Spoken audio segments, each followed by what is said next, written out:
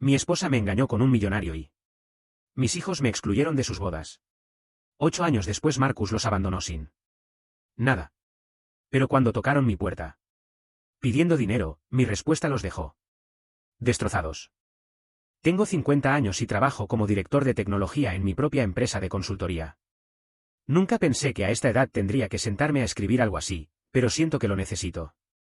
Después de todo lo que pasó, después de 8 años de silencio absoluto, mi pasado decidió reaparecer de golpe, tocando a mi puerta y pidiéndome ayuda como si nada hubiera ocurrido.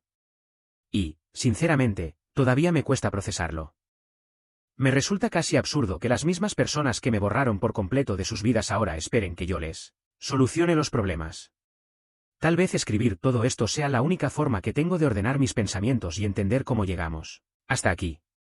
Supongo que lo más lógico es empezar desde el principio, cuando todo parecía normal, o al menos eso creía yo en ese momento. Claudia y yo estuvimos casados alrededor de 25 años. Un cuarto de siglo juntos. Suena fuerte cuando lo digo en voz alta. Nos conocimos cuando ambos rondábamos los 20 y tantos. Ella trabajaba como gerente de oficina y yo recién daba mis primeros pasos en el mundo de la informática. Con el tiempo formamos una familia, tuvimos 2 hijos, Lucas y Sofía, y los criamos juntos. Pagamos la hipoteca, cumplimos con responsabilidades, hicimos todo lo que, en teoría, hacen las familias normales. Yo trabajaba muchísimo, más de lo que ahora me gustaría admitir. Pero lo hacía con una intención clara, asegurarme de que a mi familia no le faltara nada. Claudia dejó su trabajo cuando nacieron los niños. Lucas tenía unos 27 años en ese momento, si no me falla la memoria, y se quedó en casa para ayudar con el cuidado. Desde afuera, todo parecía estar en orden. Claro, teníamos discusiones de vez en cuando, como cualquier pareja, pero nada que me hiciera pensar que algo grave estaba pasando. Sin embargo, hace unos 9 años, cuando yo tenía 41, empecé a notar ciertos cambios. Claudia comenzó a salir con más frecuencia, según ella con amigas del gimnasio, pero siempre estaba pendiente del teléfono. Ese tipo de actitud que no sabes explicar, pero que te hace ruido. Se arreglaba demasiado incluso para cosas simples, como ir al supermercado. Compraba ropa nueva todo el tiempo, y si le hacía una pregunta básica, como a qué hora volvería a casa, se ponía a la defensiva de inmediato. Al principio intenté convencerme de que estaba exagerando. Pensaba que después de tantos años juntos quizás solo estaba imaginando problemas donde no los había. Pero había algo, una sensación constante en el estómago, que no me dejaba tranquilo. Algo no encajaba. Un martes por la tarde todo cambió. Ese día salí antes del trabajo porque había terminado un proyecto importante y pensé en sorprenderla. La llamé y me dijo que estaba en el centro comercial con una amiga, aunque su voz sonaba extraña, nerviosa. No sé exactamente por qué, pero decidí ir hasta allí. Y fue entonces cuando la vi. Estaba sentada en una cafetería, pero no con ninguna amiga. Estaba con un hombre que yo no conocía. Y no hacía falta ser un genio para darse cuenta de que no era una reunión inocente.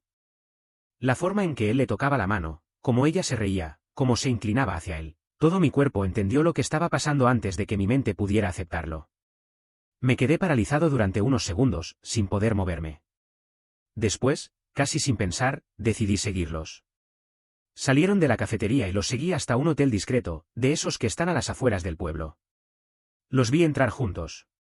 Me quedé dentro de mi auto durante 2 horas.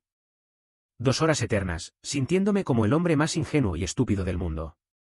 Cuando finalmente salieron, ella todavía se acomodaba el cabello y él la besó antes de que cada uno se fuera por su lado. Yo conduje directamente a casa, recogí algunas cosas, dejé una nota que solo decía lo sé. Y me fui a un motel. Esa noche no dormí. Me quedé mirando el techo, repasando cada año que habíamos pasado juntos y preguntándome cuánto tiempo llevaba ocurriendo todo eso. A la mañana siguiente contacté a un abogado y empecé los trámites de divorcio. Claudia me llamó incontables veces ese día, pero no respondí hasta la noche. Cuando por fin hablamos, lo primero que me preguntó fue qué había hecho yo, como si fuera yo quien debía dar explicaciones. Todavía me cuesta creerlo. Le dije que la había visto, que sabía todo. Hubo un silencio largo al otro lado de la línea. Luego dijo algo que jamás voy a olvidar. Necesitaba sentirme viva otra vez, Andrés. Tú nunca estás en casa, siempre trabajando. Ni una disculpa. Ni un lo siento. Solo excusas y reproches dirigidos hacia mí. El hombre se llamaba Héctor. Era dueño de una empresa de paisajismo bastante grande en la zona y tenía mucho dinero. Claudia admitió que llevaban viéndose más de un año, que él la hacía sentir especial, que la llevaba a lugares bonitos y le compraba cosas. Le pregunté si en algún momento pensó en nuestros hijos o en los 25 años que habíamos compartido. Su respuesta fue que estas cosas pasan y que no podía controlar lo que sentía. No pude seguir escuchándola y colgué. Lo que vino después, sinceramente, fue casi peor que descubrir la infidelidad. Decidí hablar con Lucas y Sofía. Ya eran adultos, Lucas tenía 27 y Sofía 25. Pensé que entenderían, que al menos me mostrarían algo de apoyo. Los cité en una cafetería, un lugar neutral, y les conté todo. Les expliqué lo que había pasado, que el divorcio era inevitable, y esperaba, no sé, un poco de empatía, quizá un abrazo, algo que me recordara que seguía siendo su padre. Pero no fue así. Sofía me miró como si yo fuera el culpable y me dijo que mamá ya les había contado su versión, que según ella yo la había descuidado durante años y nunca había estado presente. Lucas asintió y añadió que ella merecía ser feliz, que tal vez si yo hubiera pasado más tiempo en casa nada de eso habría ocurrido. Me quedé sentado, con el café enfriándose entre mis manos, intentando asimilar que mis propios hijos me estaban responsabilizando por la infidelidad de su madre. Les dije que había trabajado duro para darles una buena vida, para pagar sus estudios, para que nunca les faltara nada. Sofía solo se encogió de hombros y dijo que el dinero no lo es todo. Desde ese momento, la relación con ellos empezó a romperse rápidamente. Se fueron a vivir con Claudia, lo cual tenía sentido porque la casa también era de ella. Pero a mí me dejaron completamente al margen. Intenté llamarlos, escribirles, invitarlos a cenar, pero siempre había una excusa. Mamá nos necesita. Estamos ocupados. Quizá otro día. Y así, poco a poco, me fui quedando solo. Y Héctor, ese maldito Héctor terminó ocupando un lugar que nunca debió ser suyo. Poco a poco se convirtió en una especie de padre sustituto para mis hijos, y solo pensar en eso me partía por dentro. Cada vez que lo imaginaba en ese rol, sentía que me arrancaban algo del pecho. Unos meses después del divorcio, Sofía me llamó.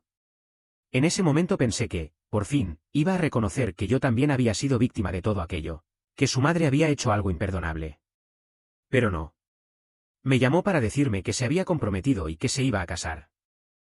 Tragué saliva y, como cualquier padre, le dije que me alegraba por ella.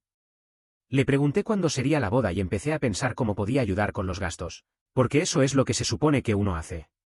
Entonces, con una frialdad que todavía me duele recordar, me dijo que Héctor sería quien la acompañaría al altar. Que él había sido más padre para ella en unos pocos meses que yo en toda mi vida. Y, como si eso no fuera suficiente, remató diciendo que yo no estaba invitado. No estaba invitado a la boda de mi propia hija. Sentí un golpe seco en el estómago, como si me hubieran dado con un bate. Le pregunté si hablaba en serio, si de verdad me estaba excluyendo del día más importante de su vida. Su respuesta fue un simple sí. Dijo que esa era su decisión y que esperaba que yo la respetara. Colgué el teléfono y me quedé horas sentado en mi apartamento, mirando una pared vacía, preguntándome en qué momento exacto lo había perdido todo. Y si crees que ahí terminó, no. Todavía se pone peor. Un año después, Lucas también se casó. Y, por supuesto, yo tampoco estaba invitado. Mi propio hijo, al que crié, al que le enseñé a andar en bicicleta, al que ayudé con la tarea durante años, decidió borrarme por completo de uno de los días más importantes de su vida. Me enteré por Facebook. Así, sin más. Vi las fotos de la boda, vi a Héctor posando como el padre orgulloso, mientras yo estaba a kilómetros de distancia, completamente eliminado de sus vidas. Así pasaron 8 años. 8 años de contacto mínimo o directamente inexistente con mis hijos. Al principio intenté mantenerme presente, llamar, escribir, insistir. Pero con el tiempo entendí que no servía de nada. Ellos ya habían tomado una decisión. Habían elegido su bando y yo era el villano de la historia. Nada de lo que dijera iba a cambiar eso. Así que hice lo único que podía hacer, seguir adelante. Me refugié en el trabajo, me lancé de lleno a mi carrera porque era lo único que todavía tenía sentido. Y, para ser sincero, el trabajo terminó salvándome. En ese camino conocí a Tomás, un colega que con el tiempo se convirtió en un gran amigo. Juntos decidimos arriesgarnos y crear nuestra propia empresa de consultoría tecnológica. Dejar un empleo estable daba miedo, claro, pero sentía que necesitaba algo propio, algo que me devolviera el control de mi vida. Y funcionó. Funcionó mucho mejor de lo que cualquiera de los dos imaginó. En 5 años pasamos de ser solo 2 personas a dirigir una consultora con más de 30 empleados y contratos importantes. Yo dejé de ser simplemente un empleado de IT con un sueldo decente y me convertí en el director de una empresa exitosa. No voy a mentir, demostrarme que podía lograrlo fue una sensación increíble. Hace unos 3 años conocí a Valeria en un evento de networking. Ella era viuda, había perdido a su esposo en un accidente de auto años antes. Conectamos casi de inmediato, aunque no fue un romance de película. No hubo amor a primera vista ni fuegos artificiales. Fue más bien una conexión lenta y honesta entre 2 personas que habían pasado por cosas duras y se entendían sin demasiadas explicaciones. Después de 1 año saliendo, nos casamos. Y hace 2 años nació Lucía, nuestra hija. Jamás pensé que volvería a ser padre a mi edad, pero Lucía es, sin exagerar, una de las mejores cosas que me han pasado en la vida. Valeria me dio una segunda oportunidad de tener una familia que de verdad me valora y me quiere. Así que ahí estaba yo, finalmente en un buen momento, después de casi una década de silencio y pérdidas. Tenía un negocio próspero, una esposa increíble, una hija hermosa y una casa cómoda en un buen barrio. Había aceptado que Lucas y Sofía no querían formar parte de mi vida. Dolía, sí, pero había aprendido a vivir con eso. Hasta que, hace 3 meses, un sábado por la mañana, sonó el timbre de mi casa. Abrí la puerta y ahí estaban Lucas y Sofía, parados en mi porche después de 8 años de actuar como si yo no existiera. Mi primer pensamiento fue inmediato, algo terrible había pasado. Alguien había muerto. Porque, sinceramente, no veía otra razón para que aparecieran así de la nada. Lucas fue el primero en hablar. Hola, papá. Necesitamos hablar contigo. Me quedé completamente en shock. Ni siquiera sabían dónde vivía, así que tuvieron que investigar mi dirección para encontrarme. Los dejé pasar más por educación que por otra cosa, sobre todo porque Valeria estaba detrás de mí y no iba a permitir que los dejara en la puerta. Nos sentamos en la sala y el ambiente se volvió incómodo al instante. 8 años de silencio, y de repente, estábamos ahí, sentados como si fuéramos una familia normal. Sofía miró las fotos de Lucía colgadas en la pared y comentó. Así que tienes otra hija ahora. Yo solo asentí. No sabía qué responder a eso. Después de unos minutos de conversación forzada, Lucas fue directo al punto. Me explicó que Héctor, el maravilloso Héctor que los había acogido como si fueran sus propios hijos, había tenido serios problemas con su negocio. La economía lo golpeó fuerte, perdió contratos importantes y terminó declarándose en bancarrota. Y cuando Héctor perdió el dinero, también perdió el interés en Claudia, y por extensión, en mis hijos. Los dejó, se fue del pueblo con una mujer más joven y nunca volvió a contactarlos. Y ahora, sin Héctor, sin nadie más a quien recurrir, de pronto recordaron que tenían un padre. Sofía, con lágrimas que no me convencieron en lo más mínimo, dijo que se habían equivocado, que debieron escucharme hace años, que lamentaban todo lo que había pasado. Lucas añadió que ambos estaban pasando por problemas económicos, que ahora tenían hijos propios, nietos míos a los que nunca había conocido, y que necesitaban ayuda. Con una calma que no sentía en absoluto, les pregunté por qué pensaban que yo iba a ayudarlos después de todo lo ocurrido. Sofía me miró como si mi pregunta fuera absurda y respondió. Porque eres nuestro padre. Porque la familia se ayuda. Y estuve a punto de reírme en su cara. Porque claro, ahora sí. Ahora yo era su padre. Ahora la familia importaba. Les dije que necesitaba tiempo para pensar, que todo aquello era demasiado para procesarlo de golpe.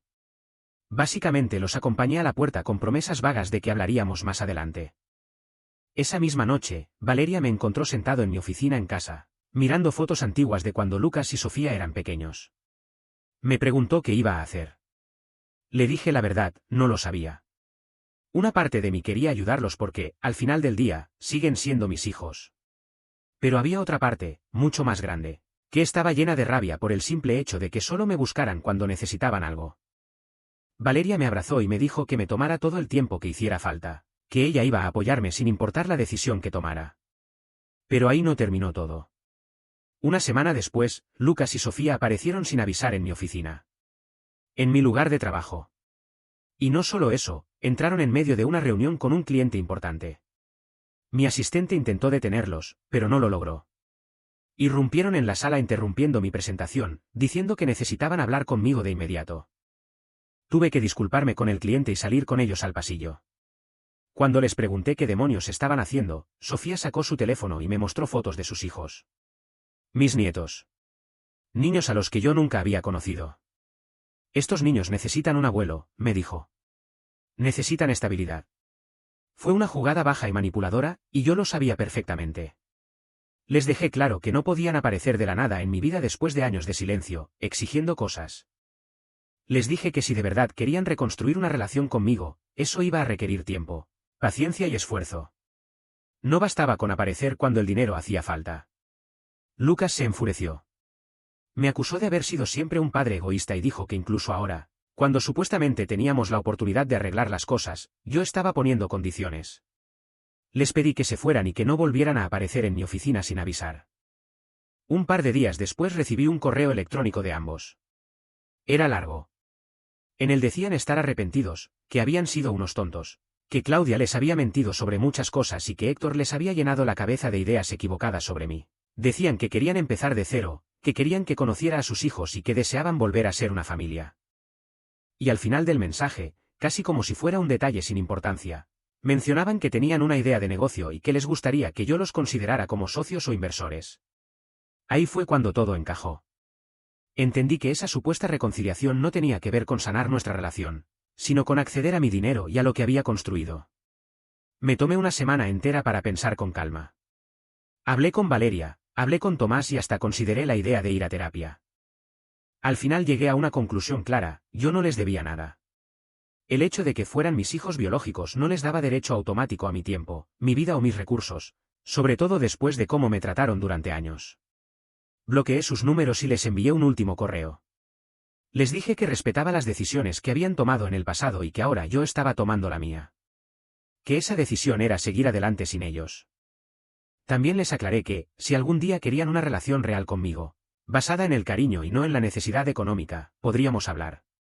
Pero hasta entonces, no quería más contacto. Escribir ese email fue durísimo. Una parte de mí siempre va a querer tener a mis hijos cerca. Eso no desaparece. Pero sabía, en el fondo, que estaba haciendo lo correcto. Lo que pasó después fue algo que jamás imaginé. Hace 2 semanas volvió a sonar el timbre de mi casa. Cuando abrí la puerta, ahí estaba Claudia.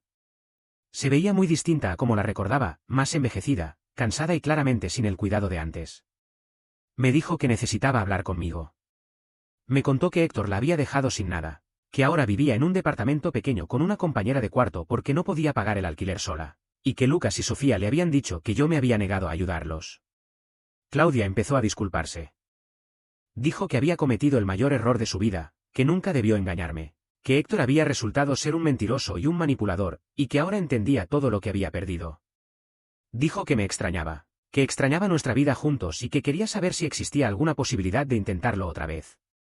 Mientras ella hablaba, mientras las lágrimas le corrían por la cara, lo único que yo podía pensar era que nunca lloró cuando me confesó la infidelidad. Nunca se disculpó de verdad, hasta que lo perdió todo. Le respondí con una calma que incluso a mí me sorprendió. Le dije que no había ninguna posibilidad de volver.